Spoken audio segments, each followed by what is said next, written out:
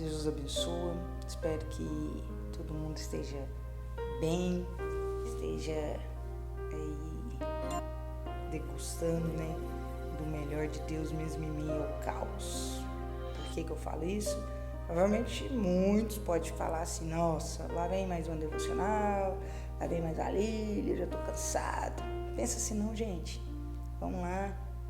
Tudo aquilo que vem para falar de Cristo, receba como algo bom, se for algo bíblico, se for algo verdadeiro, se não for nenhuma heresia. E é bom sim estar antenado, é bom sim ter notícia, ter números sim, para a gente, principalmente para o nosso testemunho, a gente ter a nossa responsabilidade, porque está tendo muita gente irresponsável. Então, assim, tem que se cuidar mesmo, tem que ter cuidado, tem que estar informado. Mas use o tempo maior para o seu estudo, para o seu devocional, para a sua oração. Escute coisas que edifiquem, coisas boas, né? E hoje, mesmo que alguns fiquem chateados, achando que eu falo demais, né? Mas realmente eu falo. Mas a minha intenção é mesmo de compartilhar com vocês aquilo que tem chegado ao meu coração através da minha busca e assim, também fica a oportunidade para quem também sentir esse desejo, coloque aí no grupo, mande para as pessoas, não somente, né, para o nosso convívio aí cristão, para a nossa igreja. Eu tenho mandado principalmente para muitas pessoas que são minhas amigas, mas que ainda não professam da mesma fé nossa. E hoje eu queria levar vocês a refletir sobre uma verdade preciosa, a realeza de Cristo, né? E é num versículo que há pouco eu fiz uma devocional e que todo mundo conhece demais, né? Que está lá em Isaías. Essa história está lá, né? Como eu disse, em Isaías, mas passava por um tempo também onde que o povo já estava começando a questionar o governo de Deus. No capítulo 6 lá, fala aquele versículo tão famoso: no ano na morte do rei Uzias, eu vi o Senhor sentado no alto e sublime trono. Lá você percebe que ele está passando por uma crise. Aquele rei de 52 anos de reinado tinha morrido e Judá parecia sem governo. E aí, quando tudo parecia o fim, o que Isaías faz? Vai procurar o Senhor, né? E ele chega no templo e ele encontra um rei governando, mesmo que o rei terreno tinha morrido, mas o rei de fato estava reinando sobre todo mundo. E algo parecido aconteceu com o nosso Salvador. Quem esteve aí acompanhando o livro de Marcos conosco e viu feitos extraordinários dele, né? Mas em meio a isso, nem sempre as pessoas enxergaram esse nível de poder que Cristo tinha.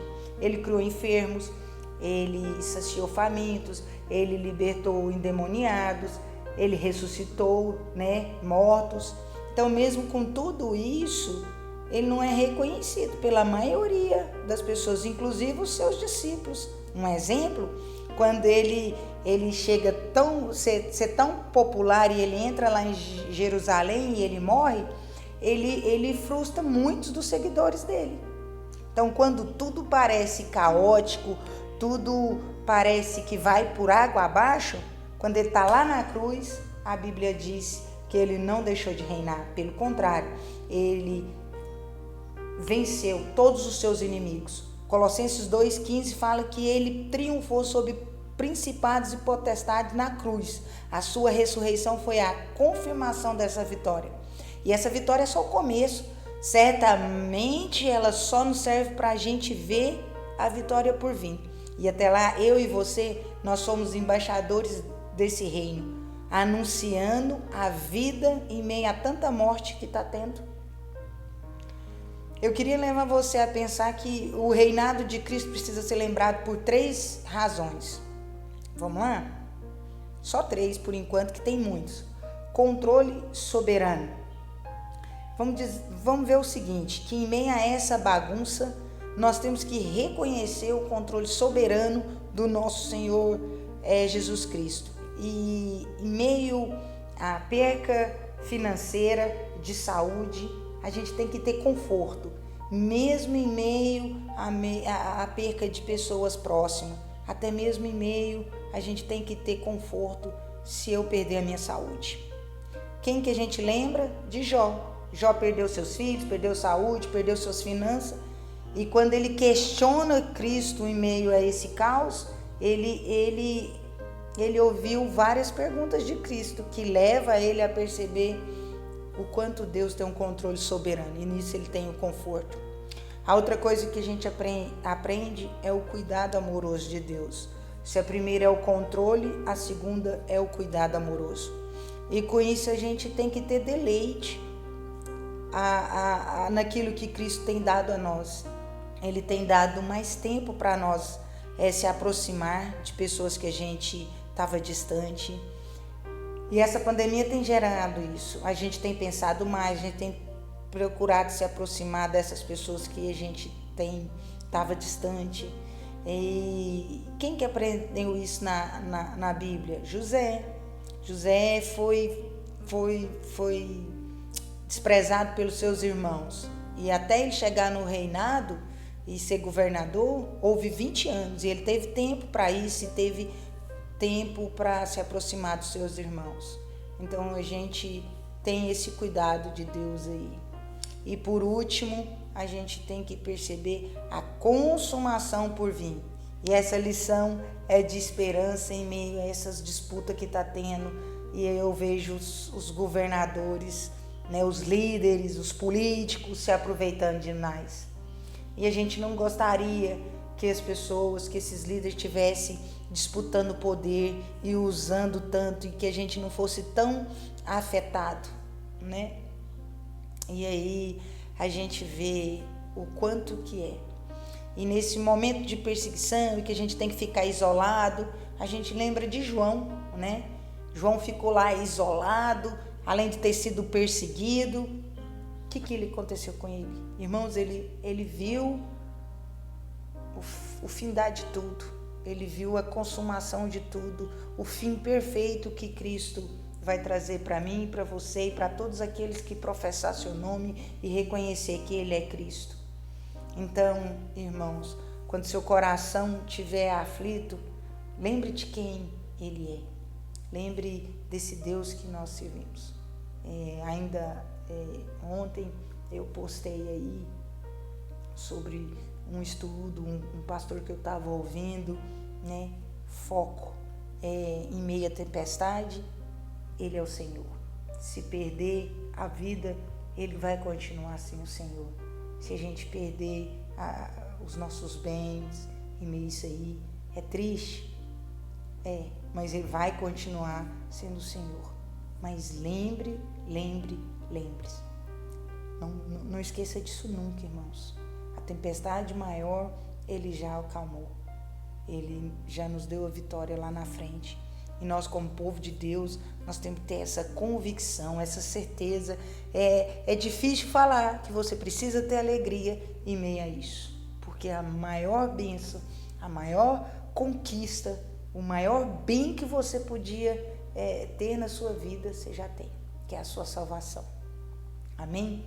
Que Jesus abençoa, fique firme, encha daquilo que te edifica, enche das coisas vindas de Deus, enche da palavra de Deus, louve, escute hinos bíblicos, perca seu dia, se possível for, ou na verdade não é uma perca, é um ganho muito grande, você está se enchendo da palavra de Deus, das coisas que edifica, que preenche seu coração, que te leva a Deus. Exalte, honre e louve. Não esqueça nunca que você precisa ser um mensageiro da sua palavra e das boas novas, mesmo em meio ao caos. Amém? Com Deus. Vou ficar em pé para cantar essa.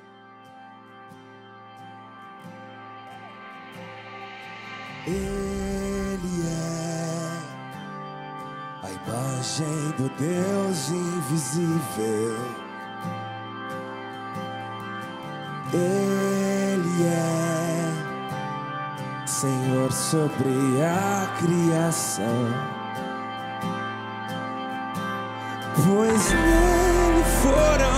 criadas todas as coisas nos céus e na terra, sejam tronos, soberanias,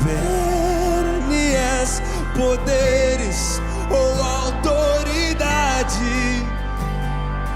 Ele é antes de tudo e a todos sustenta pela palavra, pois foi do agrado de Deus que em tudo Ele tenha supremacia.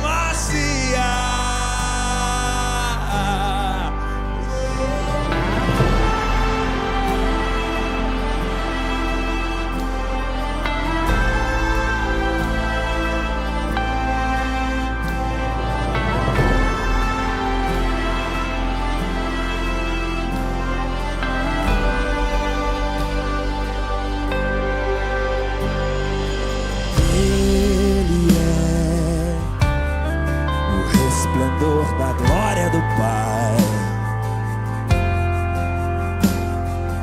Ele é a exata expressão do seu ser, pois nele foram criadas todas as coisas nos céus e na terra, sejam tronos, soberanias, poderes ou autoridade. Ele é antes de tudo e a todos sustenta pela palavra, pois foi do agrado de Deus que em tudo Ele tenha supremacia.